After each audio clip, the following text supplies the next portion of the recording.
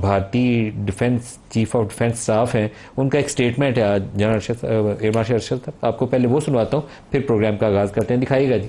Similarly, frequent shifts in government in South Asia with changing geopolitical equation and ideological views is another major challenge that we face. Similarly, there is a possible convergence of interest we can talk about between China, Pakistan and Bangladesh may have security implications for regional stability and security dynamics. We also need to look at the regional security environment, which again is rather challenging as far as India is concerned. Air marshal صاحب یہ پہلے ذکر کر رہے تھے China کا اور Turkey کا، ابھی 2-3 روز پہلے آج انہوں نے بنگلہ دیش اور چائنا اور پاکستان تینوں کو اکٹھا دیکھا ہے. یہ کیا ایک نئے ڈائنامکس ڈیولپ ہو رہے ہیں اس ریجن کے اندر؟ ندیم بھائی، thank you very much for having me on your program.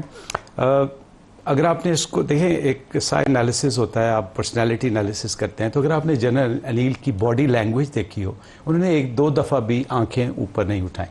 جو کاغذ پہ لکھایا ان کو دیا گیا، اسی کو انہوں نے پڑھ دیا. اس سے پہلے جنرل راہل آئے تھے جنہوں نے انگریزی کے ایڈیمز بنا کے کچھ آپ کو پروجیکٹ کرنے کی کوشش کی. دیکھیں، حقیقت یہ ہے کہ انڈیا اس وقت واویلا کرنے کے چکر میں ہے، کہیں چھپنے کے چکر میں ہے، کوئی اپنے لیے راہ نجات تلاش کرنے کے چکر میں ہے. اس کے لیے پہلے انہوں نے کہا کہ آپ نے پراکسی وار لڑی ہے چائنا کی، جبکہ یہ بات طے ہے کہ کوئی ملک نہ کسی کی جنگ لڑتا ہے، نہ کسی کے مفادات کا تحفظ کرتا ہے. آپ کو ہم نے کبھی نہیں کہا کہ جب آپ نے کہا تھا کہ میرے پاس رافیل آئے تو میں دنیا کی کایا پلٹ دوں گا، ہم نے تو اس وقت یہ نہیں کہا. اس سے پہلے تک آپ رشیا کی ٹیکنالوجی کو فلائنگ کافن بنا کے ڈکلیئر کر چکے تھے. ابھی آپ نے ندیم بھائی شاید دیکھا ہو کہ جو 2 دن کی ایکسرسائز ہوئی میں ہے تو بری بات، لیکن اس میں 2 پائلٹ ان کے جہاں بحق ہوئے ہیں جیگور جہاز سے. ایک طرف آپ کا پروفیشنل سٹینڈرڈ یہ ہے کہ آپ دنیا کو آپٹکس دکھانا چاہ رہے ہیں کہ ہم ایک وار سے نکلے ہیں، and so maybe if they say کہ ہم نے جنگ جیتی ہے، اور آپ ایک بھرپور وار گیم کرتے ہیں اور آپ اپنا جیگور جہاز گرا کے 2 پائلٹ، اور یہ بائی دی وے تیسرا جیگور ہے جو ود ان فیو منتھس گرا، اور اس کے علاوہ ایئر کریش جو ہوا وہ ایک ایویشن سٹینڈرڈ کی میں اس بات ہی نہیں کر. تو یہ راہ نجات ہے، راہ فرار ہے. وہی بنگلہ دیش جو کبھی ڈارلنگ تھا، چند مہینے کے عرصے میں ہی اب دشمن بند.